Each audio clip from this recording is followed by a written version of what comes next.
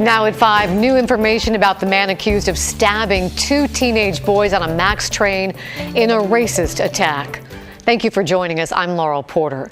Adrian Cummins is charged with attempted murder, assault, and bias crime. Prosecutors said he should have been in jail when the attack happened, but he was turned away from the jail, released to the public, despite a judge's order to keep him in custody until a hearing later this month. KGW has been pressing for answers about how this could happen. And tonight, we have some answers. Our investigative reporter, Evan Watson, has been on the story. Evan, it's clear at some point, somehow, the system broke down in this case. Yeah, Laurel, in this case, what it looks like is this person should have been in jail, in custody, awaiting for a hearing later this month, but instead, that didn't really happen. What did happen is that everything changed up. So it's clear that system broke down. We were waiting on changes, and this man, Adrian Cummins, is now accused of yelling the N-word and stabbing 2 black teenage boys on the MAX, nicking one of the boys' hearts and forcing open chest emergency surgery. This is Adrian Cummins in court Tuesday. He's currently being held in jail, accused of a dangerous attack at a MAX station on Saturday. But earlier in August, Portland police arrested Cummins. He had an outstanding warrant for failing to show up to court on charges of menacing with a knife. That happened earlier this summer. A judge ordered that Cummins needed to be held in jail until a hearing in late September. A police officer brought him to the jail, but jail officials and Corrections Health denied booking him. After KGW pressed for answers as to why Cummins wasn't held, a Multnomah County Sheriff's Office spokesman said on Wednesday that Cummins wasn't held in jail because of health or medical reasons. The spokesman did say health reasons are the most common example someone would be denied booking. Corrections Health makes that decision, then a person might be taken to the hospital for treatment or released with a citation. Portland police say in this case, an officer gave Cummins a citation before releasing him. The officer's report says Cummins' condition was not an acute medical condition, but something that could be shared with other inmates if he was booked in a closed environment like a jail. PPB says giving a citation when someone can't be booked is common because it's time-consuming to have an officer supervise someone at a hospital before bringing them back to the jail for booking. We still don't know if this is common practice even when a judge orders someone held in jail who may be a risk to the public. In this case, Cummins was released from custody and is now accused of robbing a store, stabbing 2 boys in a racially motivated attack, and running from police. Prosecutors are now trying to make sure Cummins isn't released again. He's set to appear in court tomorrow for a preventative detention hearing, a way to deny any former release as the case progresses due to the violent nature of the alleged attacks and the risk to the public. We'll update you as we learn more about this difference to the legal standard of a judge saying someone to be held versus an officer issuing a citation and when they can make that call. Laurel? Still more questions to be answered. Thank you, Evan. A man on Oregon's death row is free tonight. Jesse Johnson walked out of jail after being locked up for more than 2 decades for a murder he says he didn't commit. Mike Benner spoke to a private investigator who worked on Johnson's case, and he brings us the latest. Who is this guy here? Video obtained by KGW shows the moment Jesse Johnson walked out of the Marion County Jail Tuesday evening.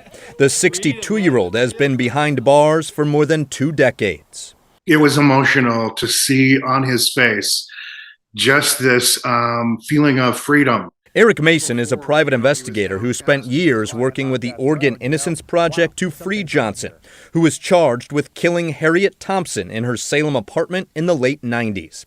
About 6 years later, despite his claims of innocence, Johnson was convicted and sentenced to death for killing the mother of 5.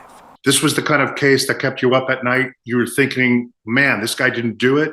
And he's there at Oregon State Penitentiary for a long time on death row. And now he's breathing wonderful, clean air. Possible, Mason says, because of an eyewitness account from one of the victim's neighbors, who was never interviewed by police or Johnson's original defense team. The woman said the man she saw running from the victim's apartment after the murder was not Johnson. For her to say a tall, white, shaggy-haired man looking like Charlie Manson went running from the house just after the screaming stopped, and he's white and the man on death row is black, you knew there was a problem with the case from, the beginning. That testimony is why in October 2021, the Oregon Court of Appeals reversed Johnson's murder conviction and ordered a new trial. Fast forward to this week. The state filed a motion to dismiss the case, saying it can't prove Johnson's guilt beyond a reasonable doubt. Why? Because certain evidence is unavailable and many critical trial witnesses are deceased. For some reason, Oregon really doesn't like to admit they got the wrong guy. Regardless, a judge ruled that Johnson should be freed, and he was Tuesday, into the arms of supporters who never doubted him. It was stunning. I mean, after years of waiting for this. All right.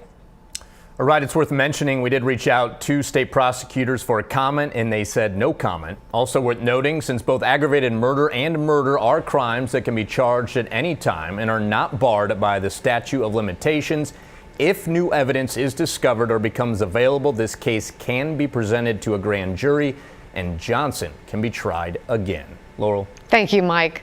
And tonight, Portland police are searching for additional victims of an alleged serial rapist in the Hazelwood neighborhood. At least 4 women so far have accused 49-year-old Konstantin Svidenko of sexually assaulting them. Court records say he allegedly lured women to his apartment near Northeast 122nd and Multnomah Street to smoke fentanyl or meth, then attack them. Last week, a grand jury indicted Svidenko on 17 charges, including first-degree rape and kidnapping. He was arrested on Tuesday. In the last 30 minutes, Portland City Council unanimously approved a resolution to ban the use of open-air drug use on Portland streets. This after just one reading on the ordinance, given it's an emergency. It's in response to the record number of overdoses and drug-related deaths happening across the city. Let's get right to Blair Best, who's outside City Hall. Blair, what more can you tell us about this? Laurel, this ban just passed City Council with unanimous support, and public testimony lasted for roughly 2 hours, with some people arguing against the ban, saying it's harmful to criminalize addiction, while the majority of people who showed up today are for it and say it should have happened sooner. Now, Portland Mayor Ted Wheeler is adding this ban on the public use of controlled substances like fentanyl to an already existing ordinance that prohibits drinking alcohol in public. This fills a significant gap in how the city handles the fentanyl crisis, seeing as there are currently no laws against using fentanyl in public. This proposed ban aims to change that, at least in Portland. Now, violation of the ban would include a fine up to $500 or up to 6 months in jail. And it's important to note here that Mayor Wheeler talked of introducing a similar ordinance just a few months ago, but changed his mind at the last minute, pointing to a new state law that makes possession of certain amounts of fentanyl illegal. However, using drugs in public was never addressed until now. And of course, there's work we all have to do here as the City Council, and collectively today we're doing one more thing that demonstrates we're willing to do our part. I vote aye. The resolution is adopted. Now, city commissioners have said repeatedly tonight that at the very least they hope this will send a clear message, and that's don't come to Portland to use drugs. And as of right now, sending a message is all this ordinance does. Even though it passed City Council tonight, a decades-old state law prohibits cities from enforcing such a ban. But Portland City Council is determined. Tonight, they also passed another resolution that would lobby lawmakers in Salem to allow cities to enforce such a ban. But that change won't happen until next year's short legislative session or until a court gets involved. Laurel? Thank you. Blair Best live for us outside City Hall. As students return to Portland Public Schools classrooms, union workers are slamming the district's handling of sexual harassment complaints. Employees say the school district has dismissed victims' claims for months.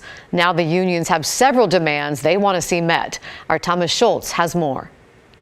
After a summer of concern over how sexual harassment complaints are treated, Portland Public Schools union members have new demands of the district. First, they want an investigation into the Human Resource Department to determine how harassment complaints are handled. We're not only interested in how much sexual harassment happens in schools, what we're really interested in is how was each complaint handled. They also want in-person sexual harassment prevention training established for all workers.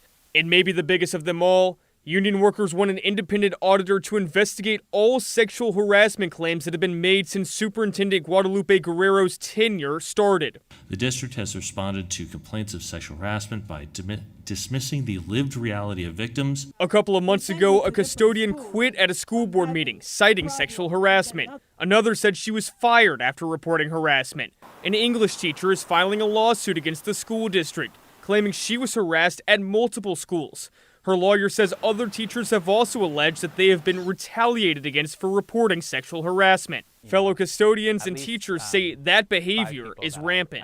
Its inaction not only perpetuates a cycle of fear and oppression, but also undermines the very foundation of care and trust upon which education should be built. Now they're asking for an audit to look at each sexual harassment case. They also want to know if the HR department violated Portland Public Schools policies or laws in their handling of complaints. No one in management has acknowledged the systemic nature of the sexual violence at PPS, let alone sought to address the issue. In July, they asked PPS to institute in-person sexual harassment training. So far, unions say PPS has not told them of any plans to institute the training.